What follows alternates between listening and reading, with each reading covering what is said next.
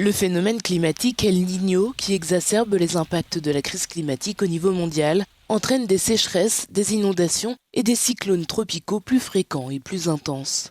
Ces modifications significatives des schémas météorologiques ont un impact sévère sur l'agriculture dont dépend notamment 70% de la population d'Afrique australe pour sa subsistance. La région a connu de graves conditions de sécheresse, ce qui a plongé des millions de personnes dans la faim. Parmi les trois principaux facteurs de la faim, à savoir les conflits, les chocs économiques et les extrêmes climatiques, la dimension climatique est celle qui peut être prédite de la manière la plus fiable, et cela vaut également pour les sécheresses et les inondations liées à El Niño. Nous avons donc ce qu'il faut pour prévoir ces événements dommageables et pour protéger les vies avant qu'elles n'aient besoin d'être sauvées. Ce que nous devons faire, c'est rendre ces systèmes et ces processus accessibles et disponibles, y compris dans les contextes fragiles où les gens sont généralement déconnectés de ces services.